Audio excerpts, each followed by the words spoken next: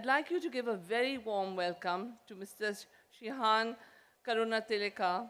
He's the award-winning author of Chinaman and The Seven Moons of Mali Almeida, for which he won the Booker Prize. Shehan.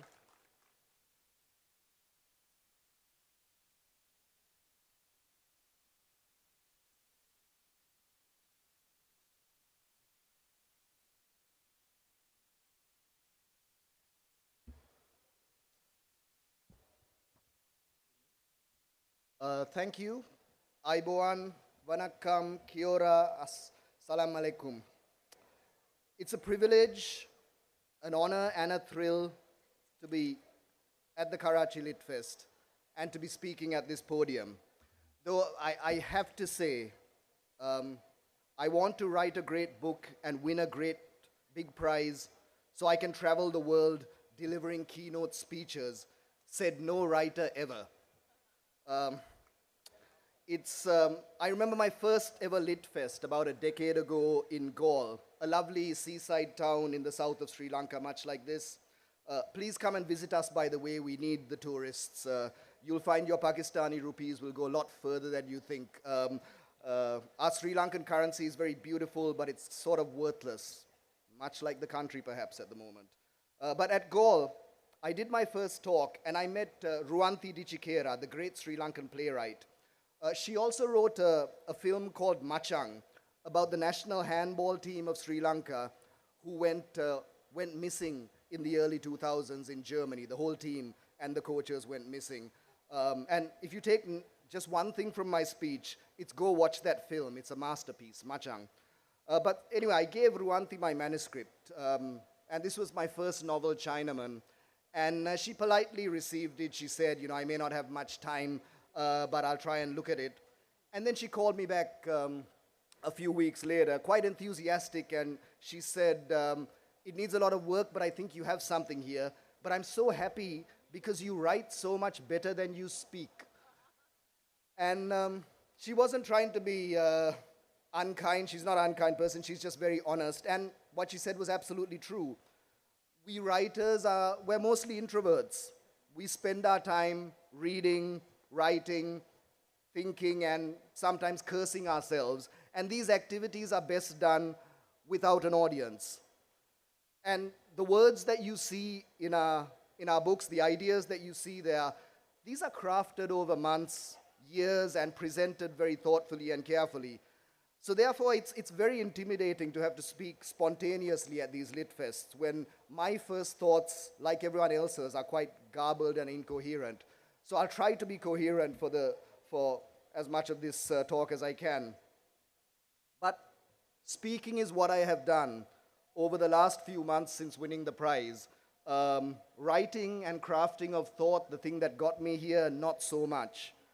But since winning the Booker, I've given roughly 768 interviews.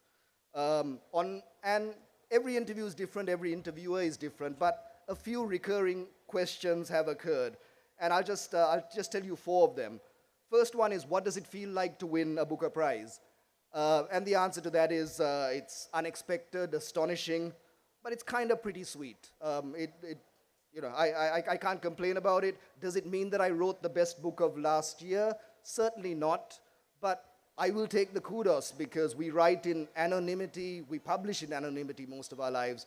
So when fortune smiles on you, you have to accept it with grace.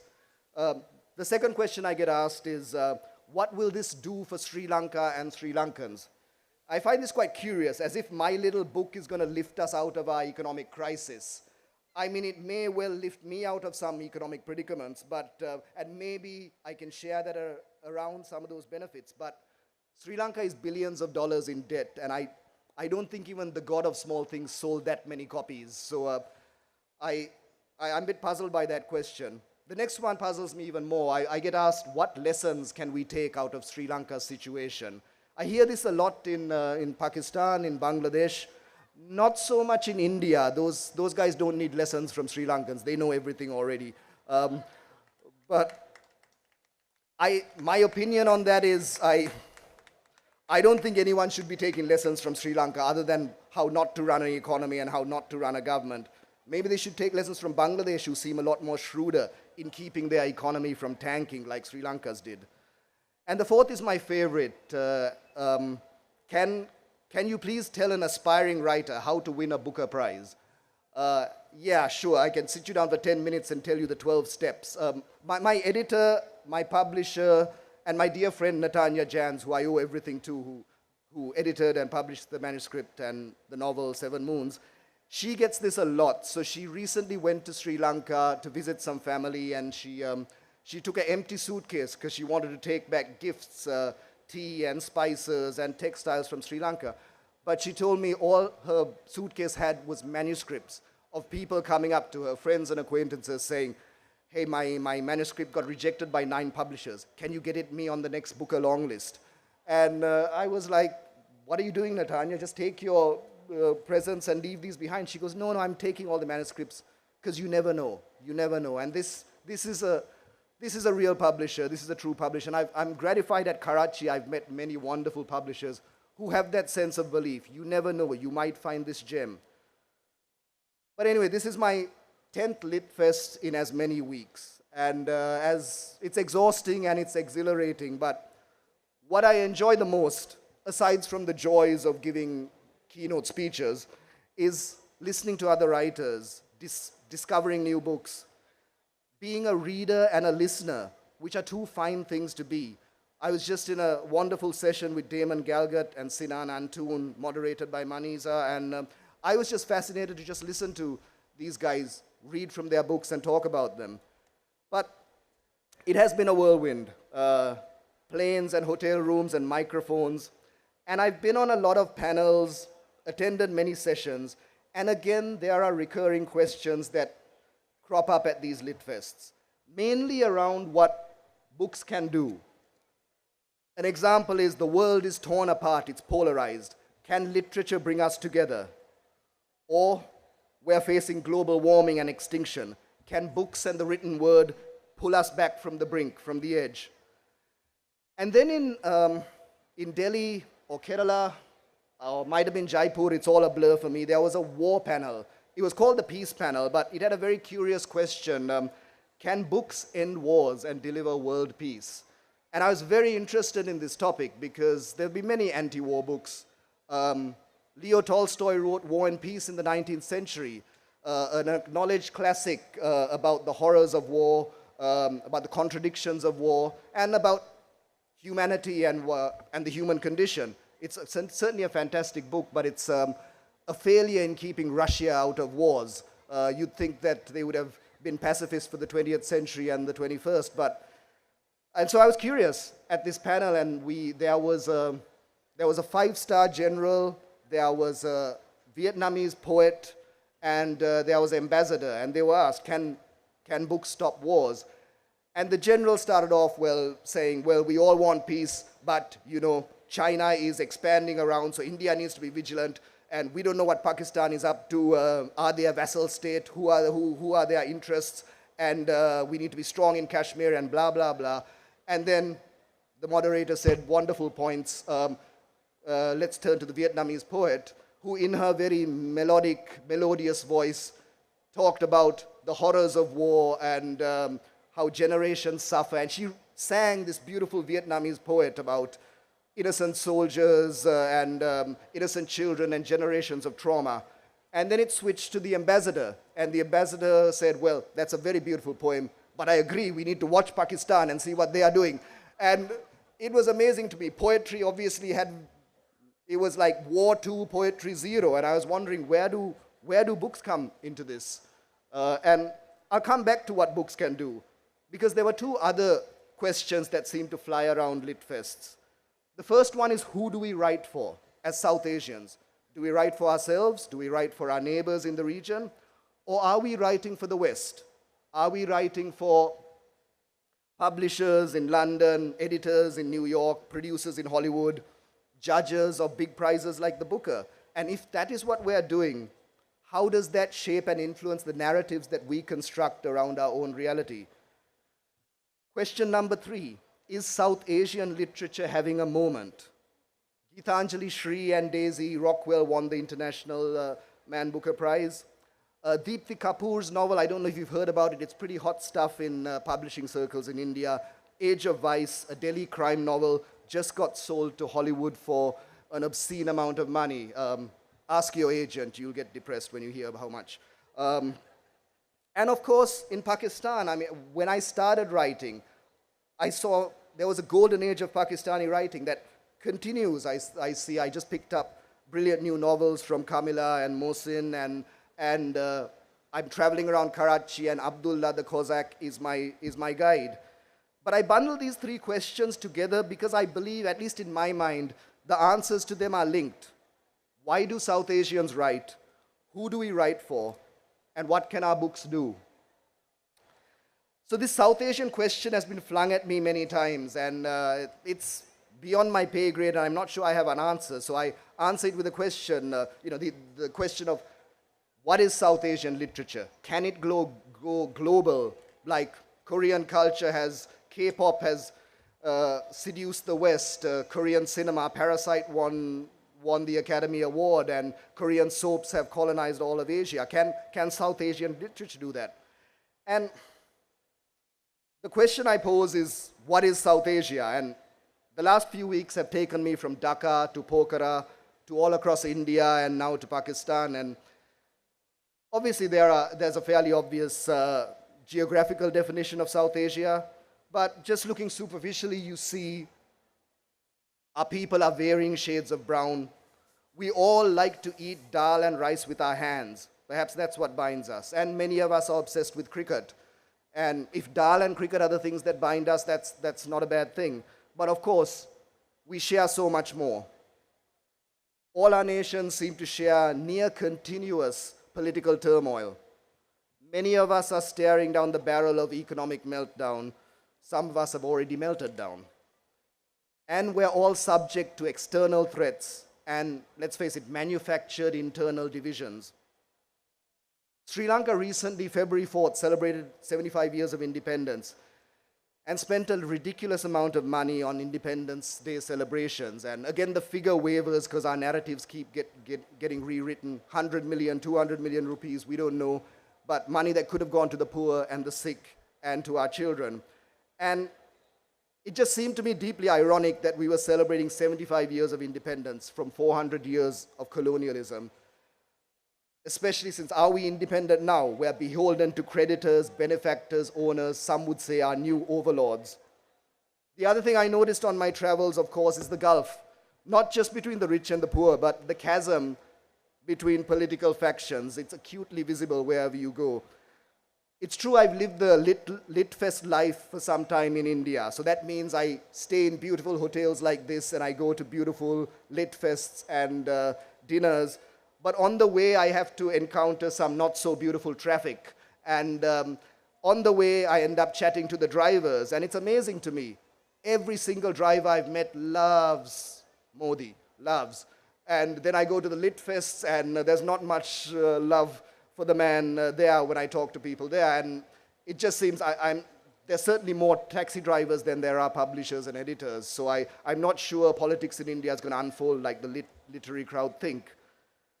But another thing that our region sadly has in common, in case you thought I forgot the topic of people, planet, and possibilities, is environmental issues are low on our list of priorities. How can Sri Lanka worry about our dwindling rainforests? I've seen some shocking statistics of how our rainforests have decreased over the last 10 years, especially during COVID. Whales are beaching on our beaches, and 1 million plastic pellets fell into our sea during COVID. There was a shipping mishap, and it was a big scandal at the time, but we forget things. But those pellets are floating in our oceans, and we're probably eating them now. But how can we worry about the environment when we have economic collapses and, most importantly, elections to worry about? We all seem to live in so-called vibrant democracies, but we all seem to have the uncanny ability to vote in fascists over and over again. But the thing that really dawned on me on my travels through the subcontinent is how little I know, how little we all know about each other's countries. I know more about Pakistani cricket than I do about Pakistani politics, more about Nepal's mountains than its people. But I have one gateway, and that's books.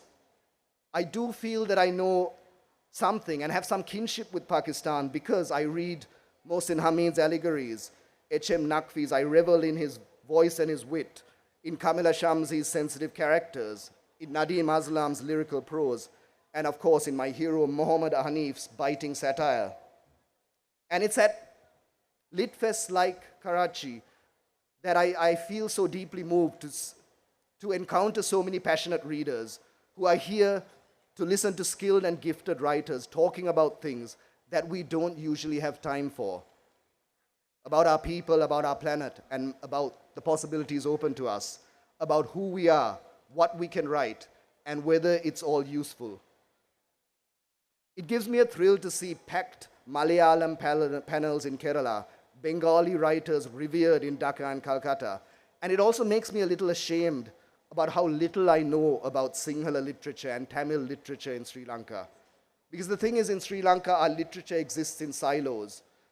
We don't read each other, there's not much translation, and English writing, Sinhala writing, it has its own set of awards, own publishers, and we're waiting for a new breed of publishers and translators to break down these walls and build these bridges.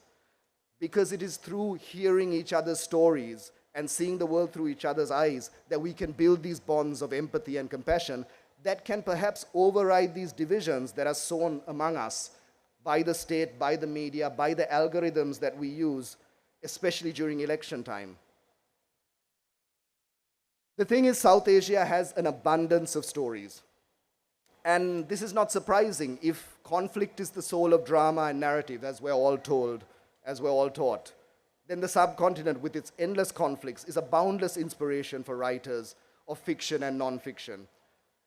But if I may quote someone I've often quoted, Muhammad Hanif again, he was asked this question: does Pakistan produce great literature because it's so full of conflict?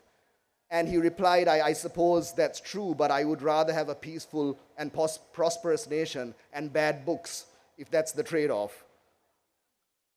I'm not sure it is a trade-off, but why can't we have both? And then the question of who do we write for? And I keep returning to this idea from the great Sri Lankan writer Michael Ondaatje. Yes, Michael Ondaatje and Arthur C. Clarke are Sri Lankan, get over it, end of debate. In his book, Anil's Ghost, he talks about the concept of waving at helicopters. That and this was true of many of the Vietnam War movies I watched as a kid, and the idea that most narratives of what was called the third world, the developing world, it's always a Westerner comes in to this killing field or this horrible place, they have an experience, they have adventures, they learn something, and the final scene is always them being whisked off in a helicopter. The music is swelling, they're crying, and they're waving at the little brown guy who helped them, and the dudes were waving back at them. And of course, the protagonist goes back to New York or Boston or London and writes their account of this horrible country and wins a Pulitzer. But for me, it was always, what about the little guy waving at the helicopter? Who's telling his story? He hasn't got a Pulitzer to win. He goes back to his crappy life in his slum, living in his failed dystopia. Who talks about him? And it annoys me when I read, thank you, it annoys me when I read Sri Lankan novels, and I've read quite a few, where the final scene resembles that. It's usually an expat Sri Lankan comes back, has an experience, a love affair, a torrid, and again, the final scene is them in a plane waving to their lover or their friend. And it just seems like we are internalizing this trope that our countries are unlivable, and therefore the only way a story can be resolved is by leaving them and going somewhere else. And the great Sunil Perera, a Sri Lankan folk singer, a baila singer who we lost to COVID, made this observation. He said, our country is a paradise. People should be clamoring on boats trying to come into our country, which is, of course, what they did for 400 years, but that's another story. But why is it that why are the passport office lines going around the block? Why are we clamoring to get out of our own country? Why are the poor, the persecuted, and now the middle class and the fed up leaving? But the fact is, for those of us who are left behind, not everyone has a passport and a visa or an escape plan. Those of us who are left behind, we have to write about the guy waving at the helicopter. People ask me what motivates me to write, and it's always been the case of I've uncovered a story or received a story, and I thought someone should write this.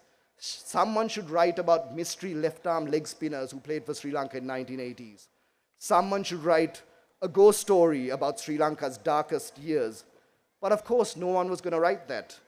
And no one was even talking about that. And our memories are so short that you fear, if we don't write about it, did it even happen? Will anyone remember it? Salman Rushdie's famous essay, The Empire Strikes Back, where he wrote about post-colonial literature and its place. And I'm not going to delve deep into that big essay, but he was saying that what the empire writing back, we're writing back in English, in the language, to the people who gave us that language, saying that we have our own stories and we have our own unique way of telling them, and come over here and have a listen, you might learn something. And I'm reminded of a quote that I got from Dalit poet Chandra Mohan. I don't know who it's from, so I'll attribute it to him, where he says, Algerians write in French to tell the French that they are not French. And is that why we write in English? Are we telling the people who gave us the language that we are not part of them? Maybe a few generations ago. But I can say this as someone who's rewritten 2 novels for a Western readership, that when I'm receiving a story, I don't think of it as conceiving a story, I think of it as receiving a story. But when I receive that, and I'm writing my first drafts, I'm not thinking about the West and how it'll be reviewed in The Guardian. How could I? How could my silly stories set in gall and candy travel that far? When I write for a reader like me, or a reader from the region who may share my taste, my sensibilities, but may also relate to some of my lived experience. And for me, my ambition for this year is I would like my books to be read in Malayalam, in Bengali, in Urdu, in Pashto, and of course in Sinhala and Tamil. I'd love to see the great works of Urdu literature read in Colombo in translation, and the great works of Sinhala and Tamil read in Karachi and Lahore. And we don't at the moment have publishers to do this, but why can't it be made economically viable? We have close to 2 billion people in this region. Okay, they're not all readers, but why can't that be our project? If we have 2 billion readers in this region, perhaps that will solve many of our problems, at least in a generation or 2. If we know our neighbors' stories, we can learn from their mistakes and learn from our mistakes. And that's where I think LitFests, much like Karachi, come in. Because it's true, books can't stop wars, or solve economic crises, or stop glaciers from melting. But what they can do to you as a reader is let you into someone else's head. I think that's the greatest gift. Get you out of your stupid head into someone else's experience, someone who may have lived on another country in another century, who may have a different worldview and sensibility to you. But I think that's crucial, especially for Sri Lanka. We need to hear the Tamil stories coming out of the war. There have been a few, but not enough. We need to see a Sinhala narrative that doesn't portray ourselves as the stereotype of being these greedy, jealous racists. And because where there is a plurality of narrative and a multitude of perspectives, then we don't have to accept the one narrative that gets passed down to us in schools, that gets fed to us by the media, by the state, and by the algorithms. So it's true, I would rather have a peaceful and prosperous nation and bad literature, but does it have to be a trade-off? We have enough conflict since achieving independence to now to fill several libraries. Perhaps we need now is a peaceful time where we can read each other's stories and listen to each other and learn from each other. And that, for me, ultimately is what the Karachi Lit Fest is. It's an oasis in this world of chaos that surrounds us. And let me just end by saying to all the writers and the storytellers, please find the guy waving at the helicopter. Find that story that moves you, that you know no one else is telling, and that you know only you can tell. And tell it for yourself, for the people around you, and also for the people not like you. Thank you very much for inviting me to Karachi. This is a place where we find each other's stories, and hopefully this is a place where we listen more than we speak. Thank you. Shukriya. Nandri Stuti Jayaveva. Thank you.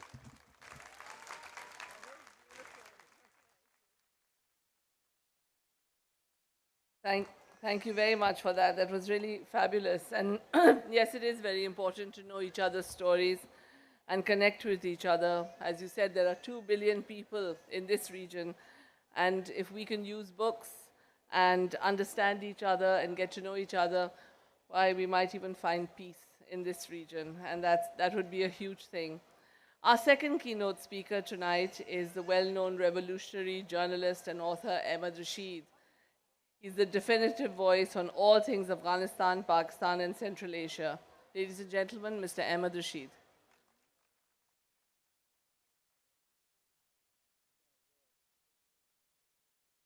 My God, that's quite an introduction. I don't know if I can live up to it. Thank you for inviting me, and thank you for asking me to give the address. And thank you for a wonderful study of South Asian literature, from which I've learned a great deal. I welcome the work that so many people, including Sherry Rahman and Miftah Saab, are doing to face up to and educate us on our responsibilities as citizens, to care about climate change, population control, poverty, health, and all the big civil society issues which we have ignored in the past 76 years.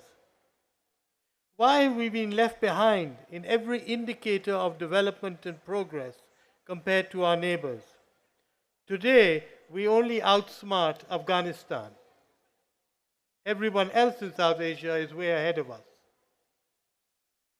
We are desperate, as many people have expressed their view here on this platform the last few days. We are worried about our children. And many of our children want to go abroad. They don't want to settle here. There was a generation of Pakistanis who went to universities abroad, to Oxbridge and other universities, and their first aim was to come back here. That's not the case anymore. Why are we going to leave this country bereft of our children, so that it is occupied by others, maybe?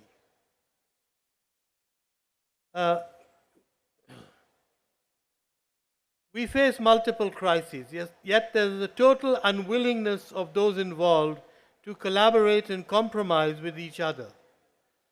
Today we are witness to non-stop attacks on the Constitution and democracy. We have narcissistic leaders who believe only in showing off themselves, but not the people they claim to serve.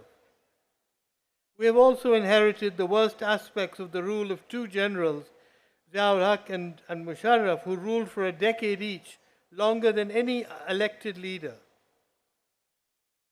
The recent scorecard of the general is tainted, such as in the funding and rearming of the Taliban after their defeat in 9/11, with the aim that they would focus on fighting the Americans in Afghanistan, but only to see the Taliban turn their guns on Pakistan and the birth of the TTP.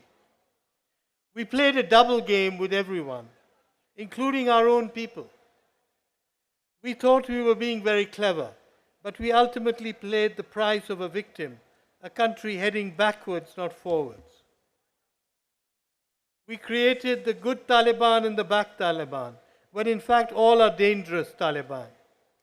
Some politicians and religious leaders still defend their reactionary policies, which are inadmissible in Islam, such as ignoring women's rights and disallowing education for all.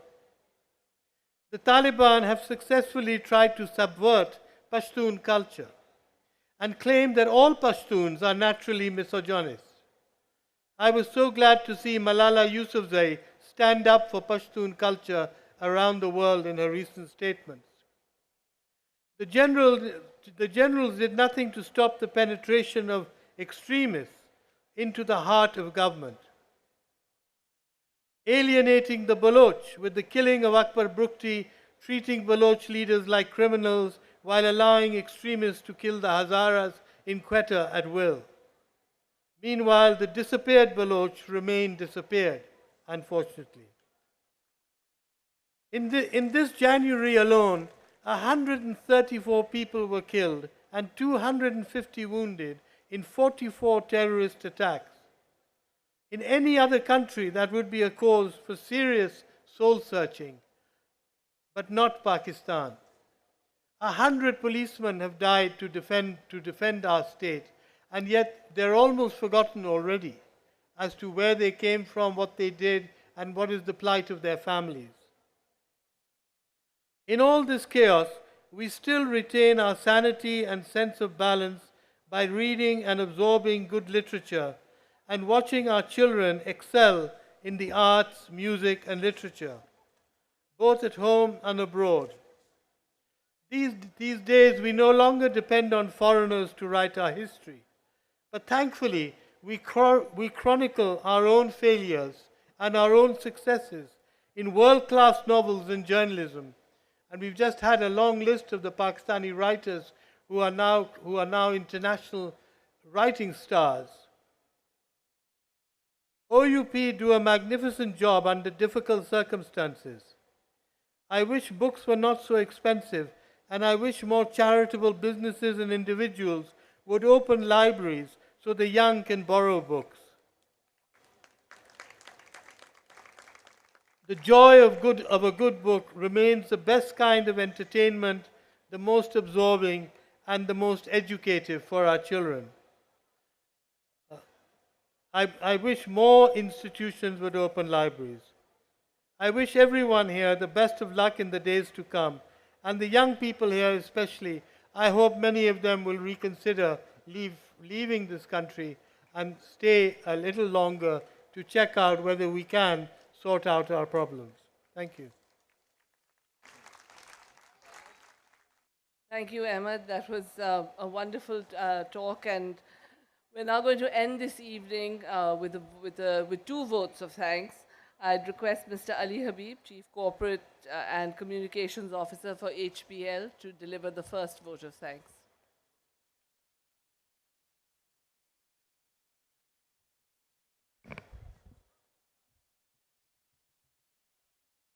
Assalamu alaikum.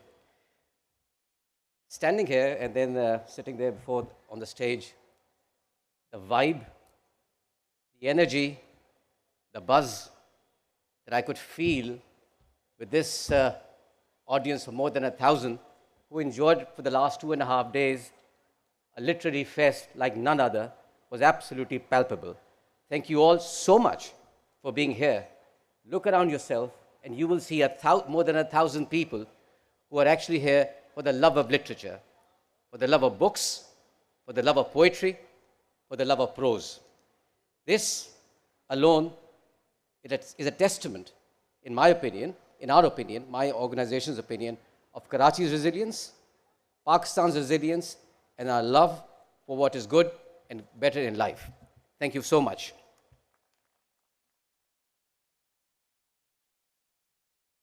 I think every event, every effort of this kind needs a slogan, needs something that captures its essence. And I think Karachi Literature Festival should also have a slogan that I think should capture what it does for us. I'm not sure whether the organizers are going to take our recommendation, but I would suggest a couplet from Faiz Ahmed Faiz Saab, which I think is apt for this initiative. हम परवरिशे लौहो कलम करते रहेंगे, हम परवरिशे लौहो कलम करते रहेंगे, जो दिल पे गुजरती है रकम करते रहेंगे. For the sake of Shehan, Karunatilaka, and other non-Pakistani friends, it goes something like, I'll keep on cherishing the tablet and the pen. I'll keep on writing what passes over the heart. So today, what we have experienced over the last 3 days is an absolute avalanche. We were overwhelmed with an avalanche of creativity, of imagination, of critical thinking. Immense, immense, absolutely overwhelmed over the last 3 days. I just came out of a session on economy. Economy, ideally, a very boring subject. It was possibly the most passionate, heated, and animated session that we had. 1,000 people with a standing room only capacity in the Jasmine Hall just across the lawn. People are involved, people are talking. And that's what a literary fest does. It makes people involved, it makes people talk. The reason that we are here today as HBL, proudly supporting this amazing initiative, is because we believe initiatives like these create a society. And a strong society creates a strong economy. And that's what we're here for. It's a symbiotic relationship. एक के बगैर दूसरा नामुमकिन है. तो literary festival को आप खाली किताबों के तनाजुर में ना देखिए, बल्कि देखिए कि उसका नॉक ऑन इम्पैक्ट क्या आ रहा है. And I think that is something that we tend to overlook.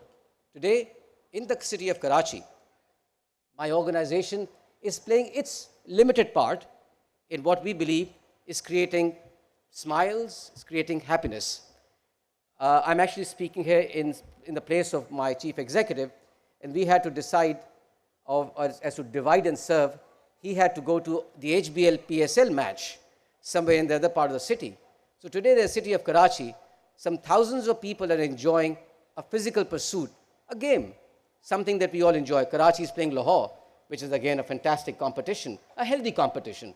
And here we are, another thousands of people enjoying literature. Books take us to an alternate reality. They take us to a different dimension.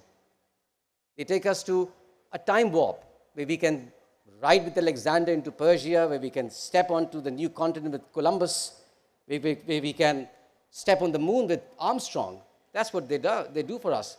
We can be in The Lord of the Rings. We can be in the Game of the Thrones. We can be in Harry Potter. We can be anywhere. We could be with Kuratul and Heather in Akadariya. We can be Gautam Nilambar from a character. That is what books do for us. And that's what prose do for us. So I think, ladies and gentlemen, all of you who are present here, you need to give yourself a big round of applause, because without you, there is no literature festival.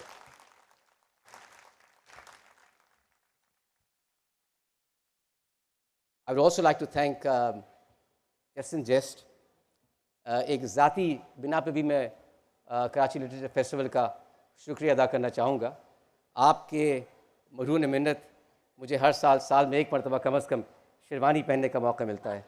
तो इसके लिए मैं बहुत ज़रा सुना था मैंने कि अलीगढ़ यूनिवर्सिटी में जो तलबा जो थे उनका जो यूनिफॉर्म था वो शेरवानी था. आज भी पाकिस्तान के कुछ इदारों में कम से कम एक को तो मैं जानता हूँ जहाँ पे शाम का यूनिफॉर्म जो है लड़कों का वो शेरवानी होता है. तो इसके लिए मैं आपका अरशद सईद साहब बहुत शुक्रिया अदा करना चाहता हूँ. I think I'd like to end the vote of thanks from HBL with a couplet, and this time from Faraz. And I think that's a couplet that should be the mantra of all of us.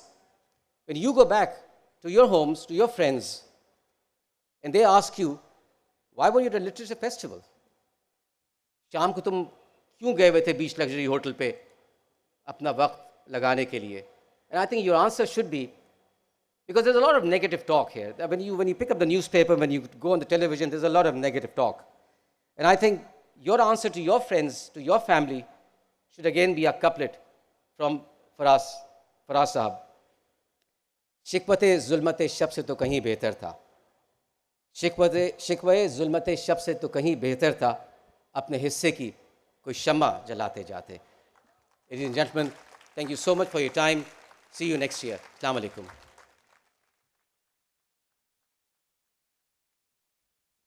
I like the see you next time. That means HBL are in, right? And we want to thank HBL for the PSL as well, because honestly, it's one of the best things happening in Pakistan these days.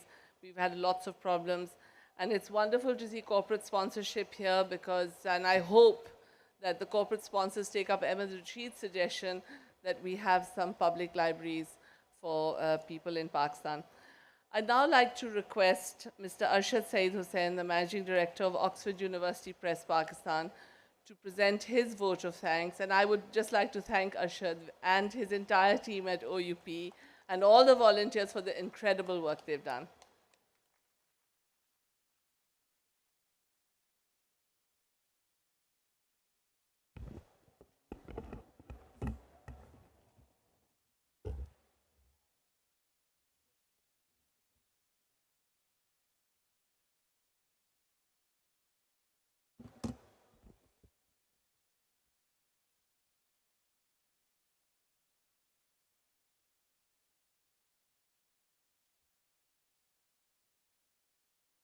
Mr. Shehan Karunatilaka, Mr. Ahmed Rashid, Ali Habib, Chief Marketing and Communications Officer, HPL, distinguished guests, sponsors, scholars, authors, media representatives, ladies and gentlemen. Karachi's sunsets can be beautiful, particularly when viewed from here, looking out on the gleaming waters of this arm of the sea, over the dense green of the mangroves and the stalk-like cranes of the harbor, to the swirl of colors of the departing sun that it's leaving behind. Some find sunset a sad time, but it's only transition from the busy activity of the day to the celebrations of the night. So, for the 14th time, sunset has brought us to the close of the Karachi Literature Festival this year. The sun is set, and now the harbor lights are calling. Tomorrow, many of you will be checking on your flights and packing your bags. Tomorrow, this hotel, which is so zealously and admirably hosted our festival, will have gone back to hosting its more customary guests and diners. Is it over then? Bharat saying our goodbyes? By no means. As this festival ends, there are other festivals that are planned or being thought about or simply being dreamed of. KLF is not simply an event or an occasion. It is a movement started 14 years ago, a movement that is spreading the love of reading, the light of learning, the joy of admiring art and celebrating performances across the country. And therefore, it does not end neither now or here. KLF is about the creative spirit and directions and developments in fiction, drama, music, fine arts, the performing arts, the media, the world of ideas. And it is about enjoyment of poetry in Urdu and English. Ladies and gentlemen, authors, novelists, dramatists, scholars, academics, all those who write, all those who fashion words into meaning and fashion meanings from words, teach us to question, to investigate, on the one hand, and also to rejoice, to love, to cherish on the other. I believe that many of you who have experienced the powerful encounters that KLF has provided have been inspired by the discussions, new thinkings, and reading experiences. What has particularly been admirable has been your active participation, your comments, your remarks in all the sessions. Truly heartwarming is the unwavering resilience and spirit of Karachi, particularly in the light of the events of Friday. Karachi, I salute you for this.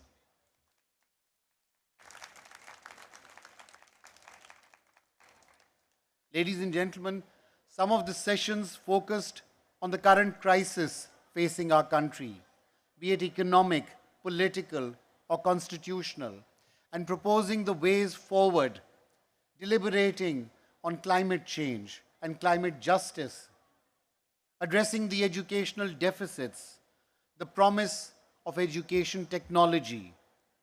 The English and Urdu literature sessions showcased a broad range of book launches, conversations with many authors on their published works, the invasive media and our right to privacy, and of course, KLF's signature sessions, the Urdu Mushaira and the English Mushaira, poetry at its best.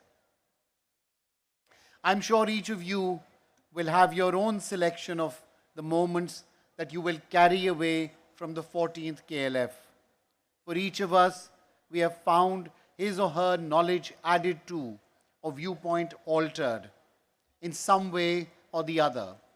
Each one of us will have learned a new way of looking at things or learned something entirely new. In these times of crisis, KLF points towards the future. To many, the future is a miasma of darkness and fear. Fear of multiplying crises, growing violence, fear of climate-related disasters, fear of deepening poverty and starvation. Yes, certainly all these fears are there and more. However, the nature of the human species is such that we always manage to find solutions and move on to freer and more prosperous epochs.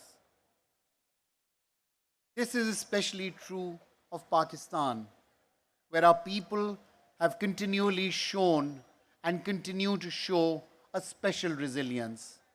Ladies and gentlemen, so long as there exists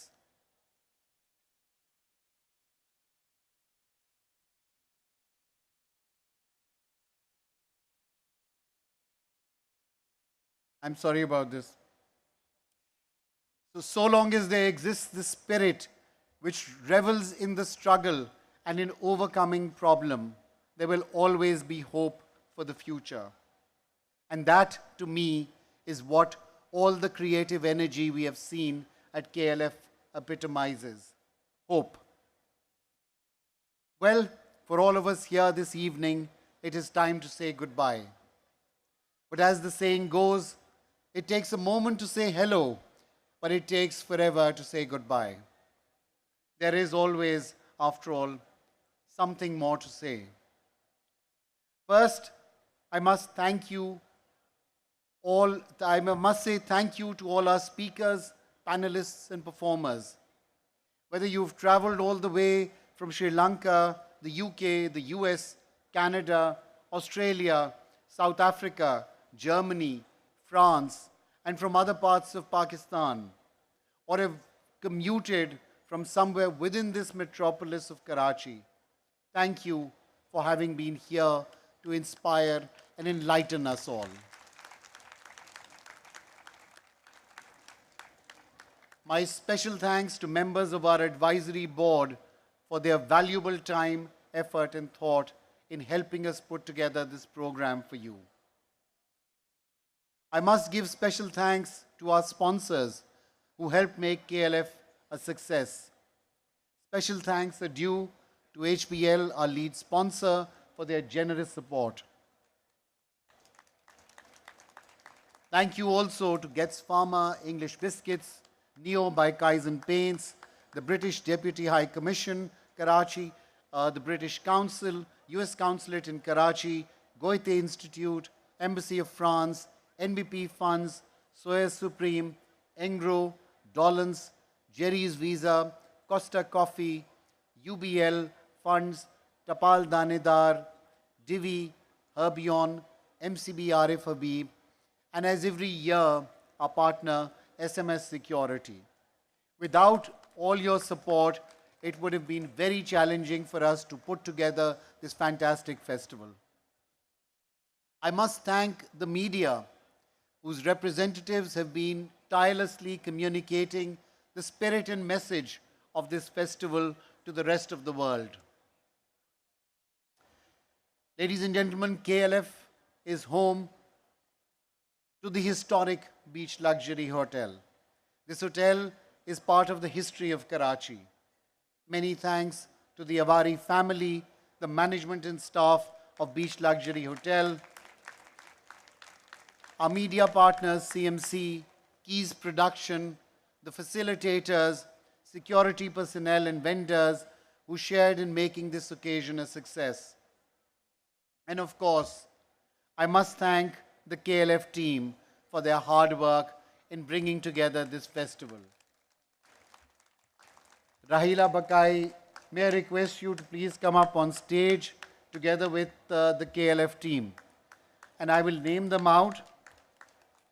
Muniza Ali, Afnan Khan, Sumair Qureshi, Bilal Chaudhry, Gausia Ali, Samuel Ray, Uzma Naz, Batul Nasir, Irfan Ali, Myra Khan, Ijaz Bajwa, Zakir Shah, Mohammad Arshad, Mohammad Wasi.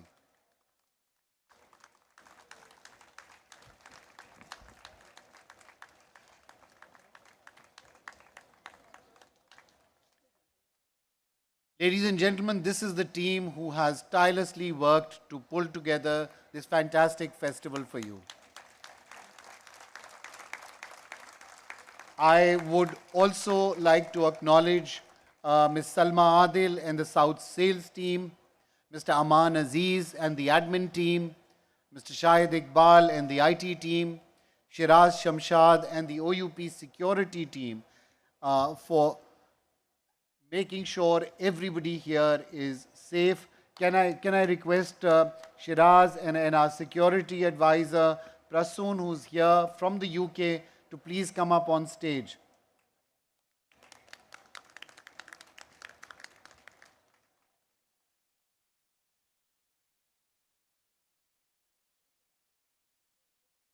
हाँ पीछे आ जाएं, पीछे आ जाएं. And we'll have a group photograph with everyone. इधर आ जाएं.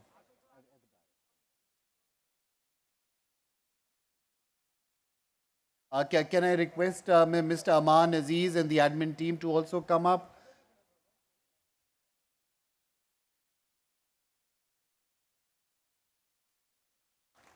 Sami, Saqib, Salma, please join us up on stage.